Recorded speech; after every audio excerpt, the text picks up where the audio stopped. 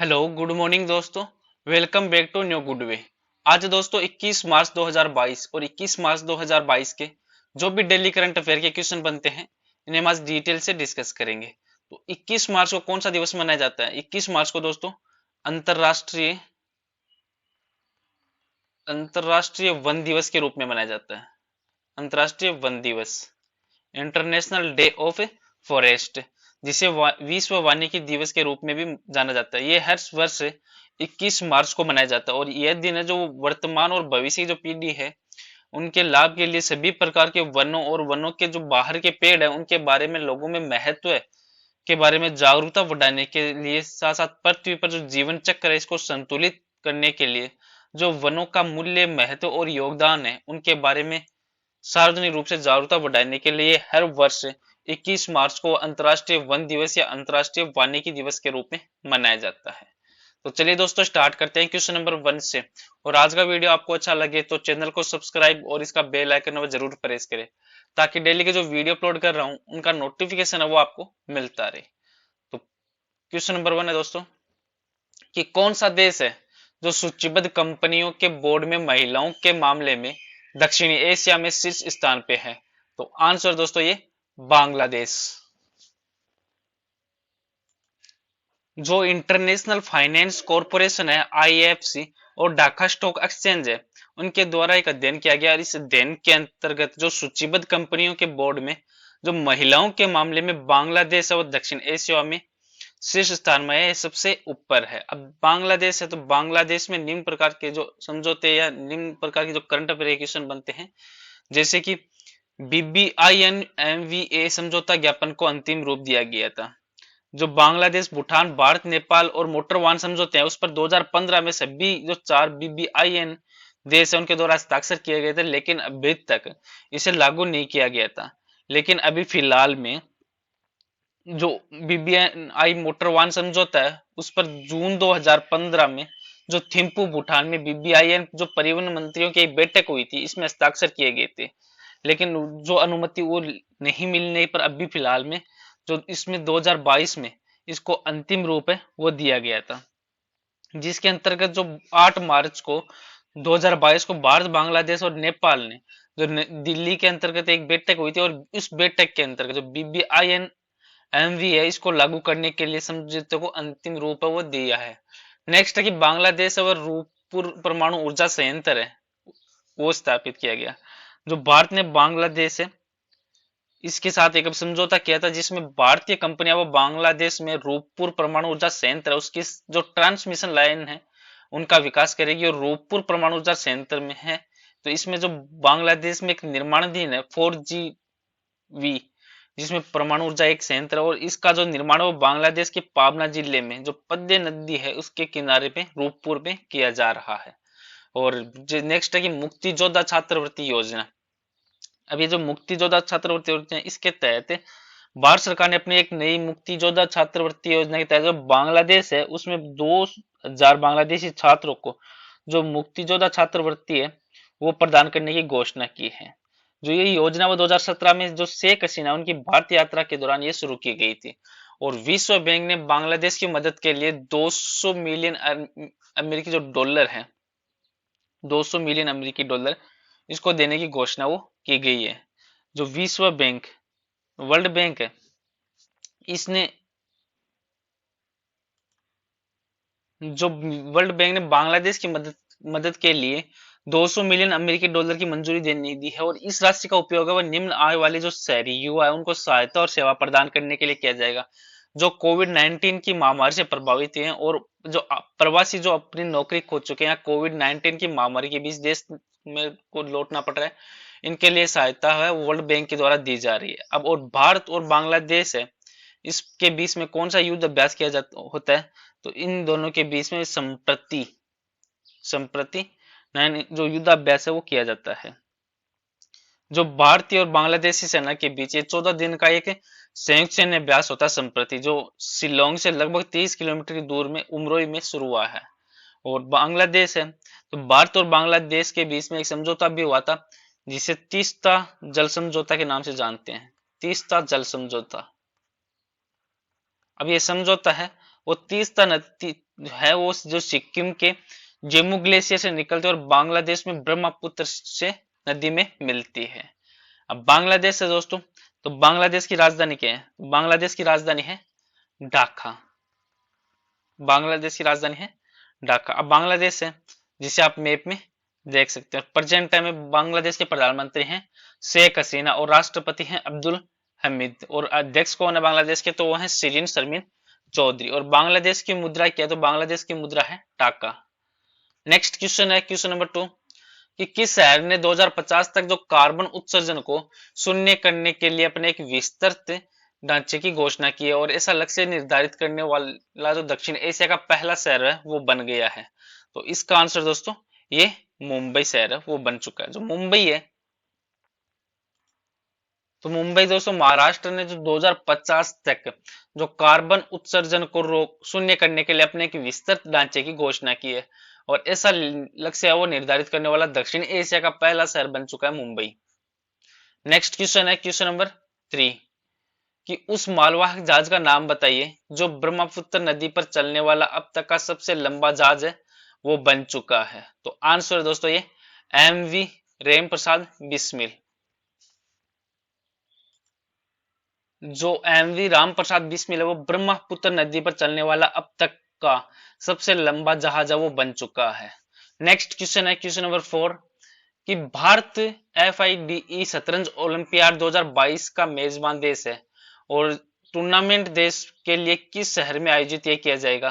तो आंसर है दोस्तों ये चेन्नई शहर में। जो चेन्नई है, तो चेन्नई शहर में ये किया जाएगा।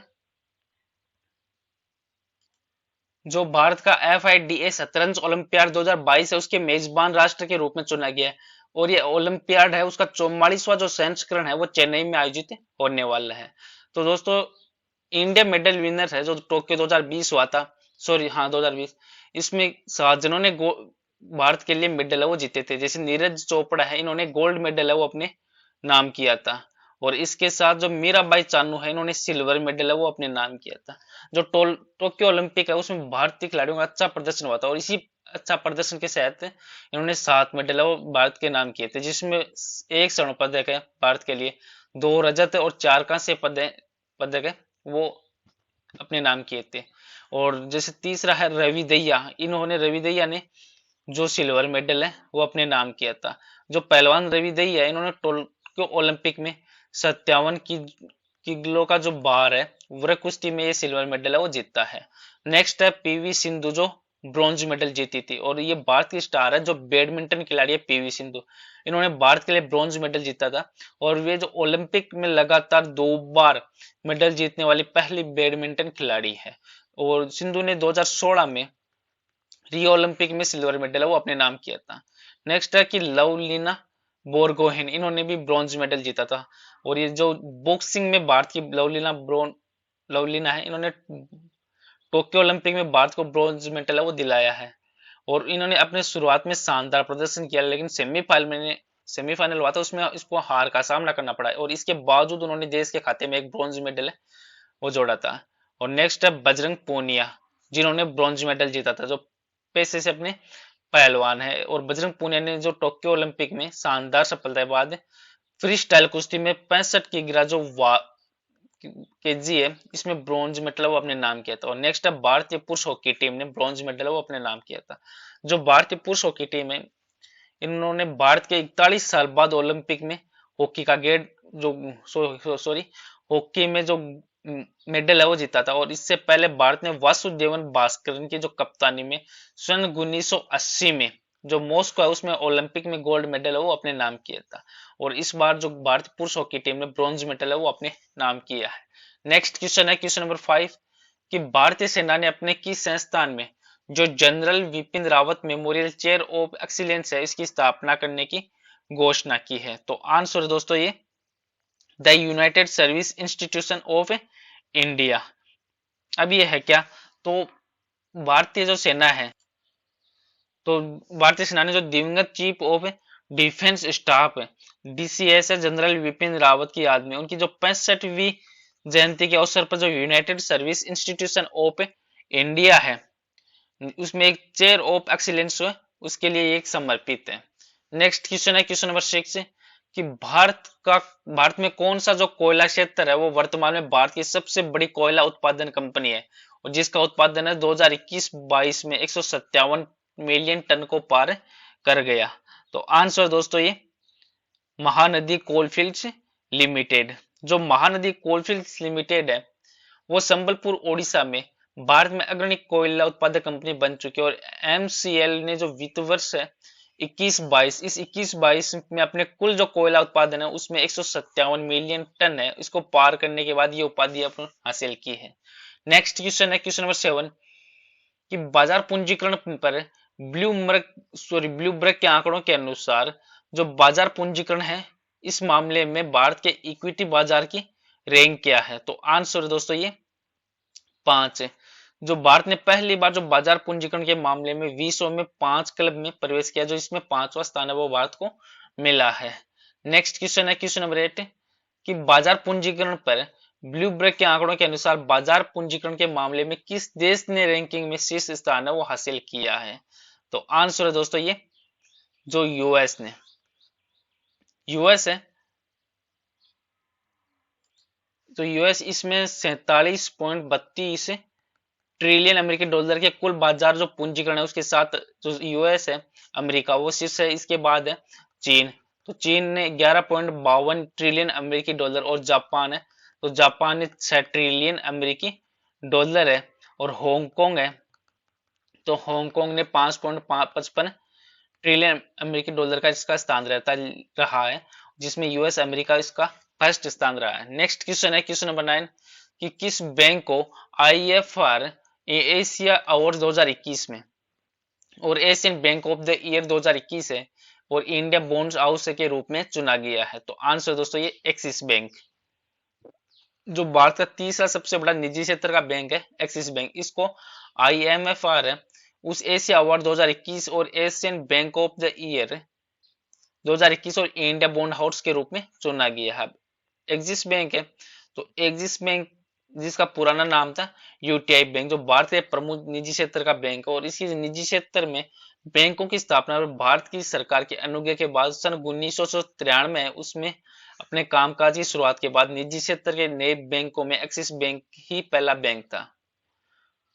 नेक्स्ट क्वेश्चन है क्वेश्चन नंबर 10 कि किस कंपनी ने 5वें भुगतान टैक्स स्टार्टअप है आइजीलैंड टेक्नोलॉजी इसका अधिग्रहण है वो किया है। तो आंसर दोस्तों रेजोर पे।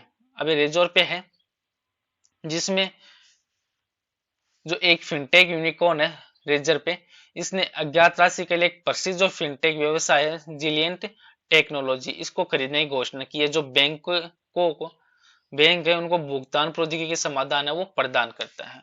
और आज का नेक्स्ट और लास्ट क्वेश्चन है क्वेश्चन नंबर 10 कि संयुक्त राष्ट्र महासभा ने किस दिन को इस्लामाफोबिया का मुकाबला करने के लिए अंतर्राष्ट्रीय दिवस के रूप में चुना गया है। और इसका आंसर आपको दोस्तों कमेंट बॉक्स में लिखना है। और पीछे के वीडियो में भी आपको एक क्वेश्चन दिया था कि राष्ट्रीय टीकाकरण दिवस या नेशनल इम्यूनाइजेशन डे है 2022, इसकी थीम क्या है। तो इसका आंसर था दोस्तों वैक्सीन वर्क्स फॉर ऑल, इसकी थीम रखी गई थी 2022 की राष्ट्रीय टीकाकरण दिवस की थीम रखी गई थी वैक्सीन वर्क्स फॉर ऑल। चलो दोस्तों आज का वीडियो यहीं पे समाप्त करता हूँ। वीडियो आपको अच्छा लगे तो चैनल को सब्सक्राइब और शेयर जरूर करें। Thank you all of you.